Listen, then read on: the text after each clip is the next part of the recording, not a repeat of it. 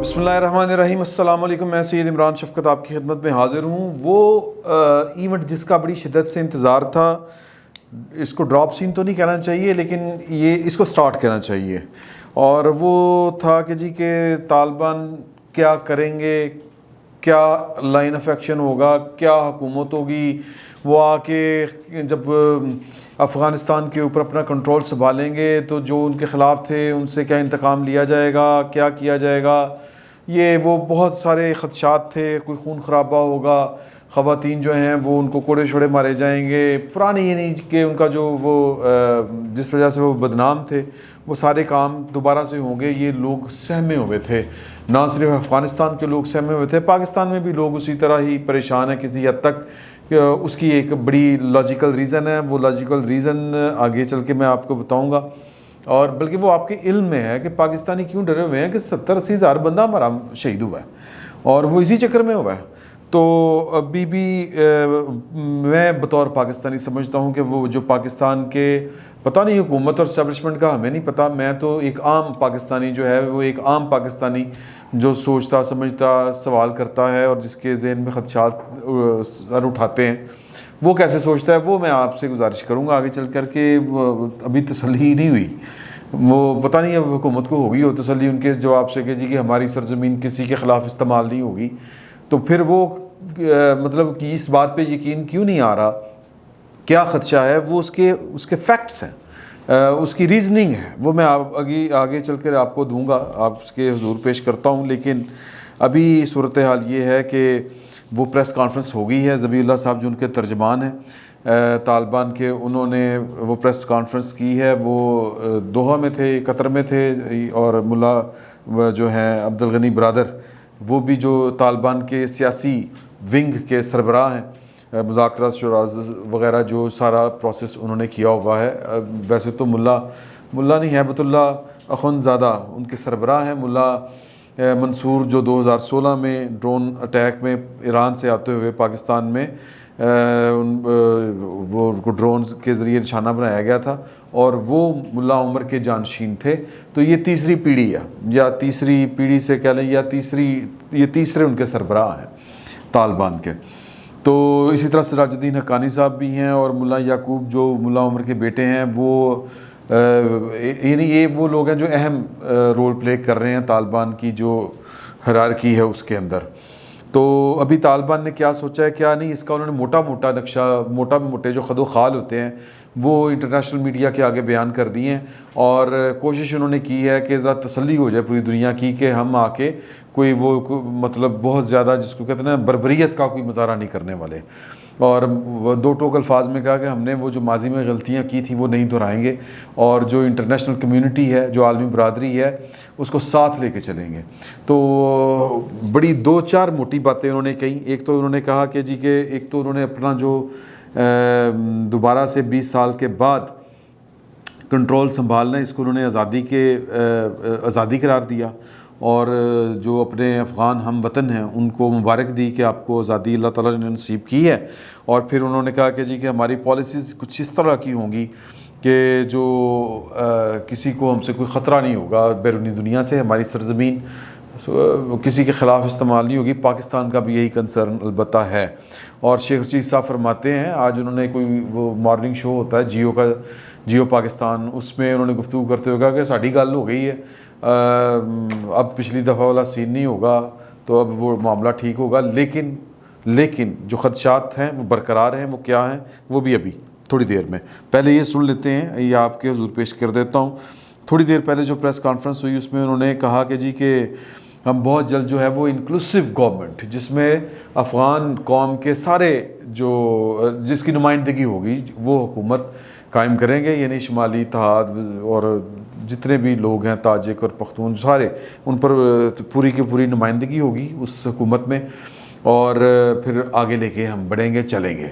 اور عام معافی کا اعلان انہوں نے کیا کہ وہ لوگ جنہوں نے ہمارے خلاف امریکہ کے ساتھ مل کر ہمارا خون بہایا، ہم ان کو بھی معاف کرتے ہیں، ان کے خلاف کوئی کارروائی نہیں ہوگی، کوئی انکوائری نہیں ہوگی، کچھ نہیں کیا جائے گا، معافی، عام معافی۔ اسی طرح خواتین کو جو اسلام کی حدود ہے اس میں رہ کر اپنے فرائض جو ہیں وہ ادا کرتی رہیں، وہ ان کو اسی طرح آزادی حاصل ہوگی۔ ایک ویڈیو بھی عام ہوئی ہے کہ ایک جو ان کے کمانڈر ہیں یہ سر یا بڑے لیول کے آدمی ہیں, وہ نام بھی آیا ہوا ان کا مارکیٹ میں, وہ گئے ہیں کسی ہاسپٹل میں اور لیڈی ڈاکٹروں کے ساتھ مل کر انہوں نے ان کو کہا ہے کہ آپ کام کرتی رہیں, اور وہ جو مطلب جو بھی خواتین کام کر رہی ہیں. تو ابھی ہم جب یہ پریس کانفرنس سن رہے تھے تو ہمارے ایک دوست ہیں بڑے شرارتی ہیں, انہوں نے سوال اٹھایا کہ یہ پہلی بات ہے کہ جو ماضی میں یہ کام کرتے رہے ہیں عورتوں کے خلاف, عورتوں کو قید کر دیں, کوئی پڑھائی نہیں ہے, کوئی کچھ نہیں ہے, نہ وہ کام کر سکتی ہیں نہ کچھ کر سکتی ہیں, تو کیا وہ عین اسلامی تھا یا یہ کون فیصلہ کرے گا؟ تو بہرحال یہ ایک یہ سوال ہیں, اس میں کوئی شک نہیں ہے. اور وہ ہمارے وہیں پر بیٹھے ہوئے ایک دوست نے کہا کہ ویسے تو ہم بھی کہتے ہیں کہ پاکستان میں جو خواتین کو آزادی ہے وہ بھی عین اسلام کے مطابق ہے. تو یہ اپنا اپنا نظریہ ہوتا ہے مجھے لگتا ہے, اور اپنی اپنی تشریحات ہیں. بہرحال یہ بحث طلب بات ہے, اور میں کوئی عالم دین نہیں ہوں, اور یہ اس میں لہٰذا ہمیں پڑھنا نہیں چاہیے. تو دو یہ باتیں انہوں نے موٹی موٹی کر دی ہیں. اور اس کے علاوہ جو سب سے زیادہ اہم تھی وہ یہی تھی کہ یار کہ کسی کے خلاف ہماری سرزمین استعمال نہیں ہوگی. اب اس کے اوپر ہم آتے ہیں. کل سہیل شاہین صاحب جو ہیں وہ مہر بخاری صاحبہ کے پروگرام میں بیٹھے ہوئے تھے, اور جو ذبیح اللہ صاحب ہیں وہ بھی کافی پروگرامز میں انہوں نے شرکت کی پاکستان کے میڈیا کے اوپر ٹیلی فون کے ذریعے, اور ہر جگہ پہ ایک ہی سوال تھا جس کا ایک ہی جواب دیا گیا گول مول سا. سوال یہ تھا کہ جی کہ ٹی ٹی پی جو ہے اس کے متعلق آپ کے کیا احکامات ہوں گے, کیا وہ آپ کا ونگ ہے, یا اس طرح کی باتیں انہوں نے کہیں پوچھی. تو جواب یہی تھا کہ ہماری سرزمین کسی کے خلاف استعمال نہیں ہوگی, انڈیا کے ساتھ کیا ہے ہماری سرزمین کسی کے خلاف استعمال نہیں ہوگی. یہ ایک ان کا ہے. یار یہ تو پاکستان بھی کہتا ہے, یہ انڈیا بھی کہتا ہے, یہ سارے کہتے ہیں, لیکن ہوتی تو ہیں. مطلب اگر یہ کہے انڈیا کہ بلوچستان میں ہمارا کوئی ہاتھ عمل دخل نہیں ہے تو یہ بات ماننے میں تو نہیں آتی, کم از کم پاکستان تو نہیں مانتا.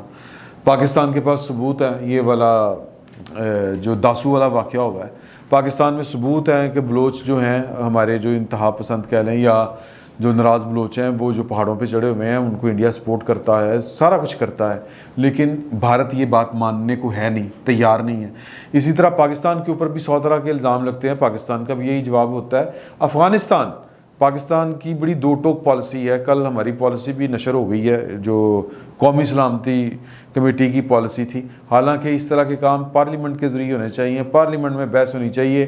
لیکن وہ نہیں ہوئی. بہرحال وہ بھی یہی کہہ رہے تھے, لیکن زمینی حقائق ہیں کہ افغانستان جو لوگ گئے ہیں وہ سمجھتے ہیں کہ افغانی جو ہیں وہ یہ سمجھتے ہیں کہ ان کی جو قسمت خرابی ہے ساری کی ساری, ان کے اوپر جتنی آفتیں آج تک آئی ہیں وہ کہتے ہیں کہ اس کا ذمہ دار پاکستان ہے. پاکستان اتنا ہی بدنام ہے. مجھے ایک دوست جو وہاں سے ہو کے آئے ہوئے ہیں وہ کہتے ہیں کہ جس طرح پاکستان کے اندر انڈیا کے متعلق جو فضا ہے, جو ہمارے خیالات ہیں, اور اسی طرح افغانستان کے اندر افغانیوں کے پاکستان کے بارے میں ہیں. تو یہ زمینی حقائق ہیں. کہنے کو لوگ کہتے ہیں کہ یار کہ ہم تو کسی کے کام میں مداخلت نہیں کرتے, لیکن اپنا انٹرسٹ ہر کسی نے واچ ضرور کرنا ہوتا ہے. تو طالبان پاکستان کے ساتھ کیا سلوک کریں گے مجھے یہ تو آنے والا وقت بتائے گا, لیکن بات یہ ہے کہ ابھی جو زمینی حقائق ہیں جن کا میں ذکر کر رہا تھا کہ جب ٹی ٹی پی کا ان سے ذکر کیا جاتا ہے تو ان کے ہاں خاموشی چھا جاتی ہے. پھر وہ ٹی ٹی پی کے ساتھ خود کیا سلوک کر رہے ہیں وہ بڑا معنی خیز ہے. ٹی ٹی پی وہ ایک گروہ تھا جس کی وجہ سے پاکستان یا جنہوں نے پاکستان کے 80,000 شہری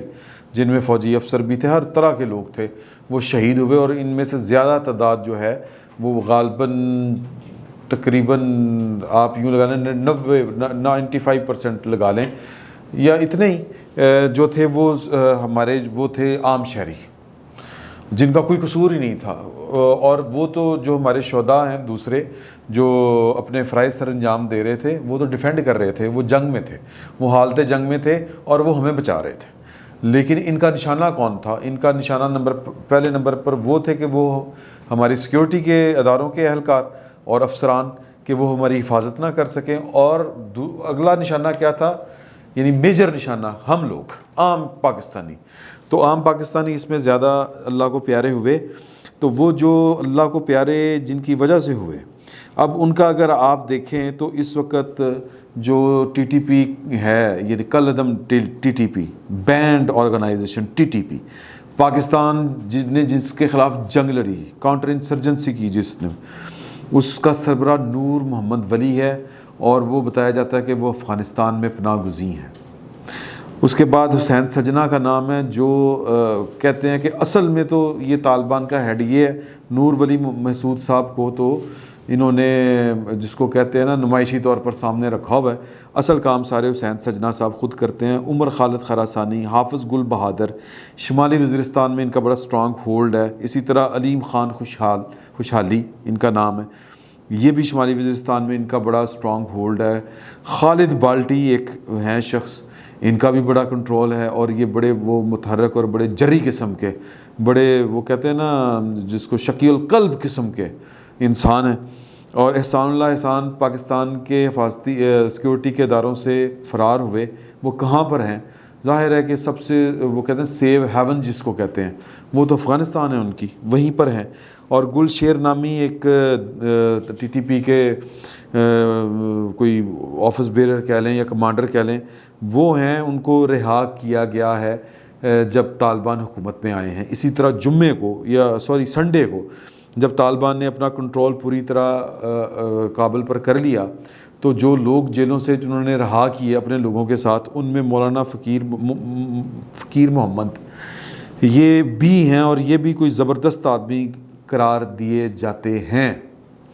تو یہ وہ سارے لوگ ہیں جو پاکستان کو اپنا کھلے طور پر کھلے عام دشمن کہتے ہیں۔ پاکستان کے خلاف انہوں نے بندوق اٹھائی ہے، پاکستان کے خلاف انہوں نے مطلب یہ کہہ لیں کہ خون خرابہ کیا ہے، 80,000 لوگ مارے ہیں، شہید کیے ہوئے ہیں ان کی وجہ سے۔ اور یہ سارے کے سارے اس وقت جب میں آپ سے بات کر رہا ہوں یہ طالبان کی پناہ میں ہیں، طالبان کے فرینڈز، دوست ان کے دست و بازو ہیں۔ اور پاکستان تو اب ایک وقت تھا جب پاکستان کہتا تھا گڈ طالبان بیڈ طالبان،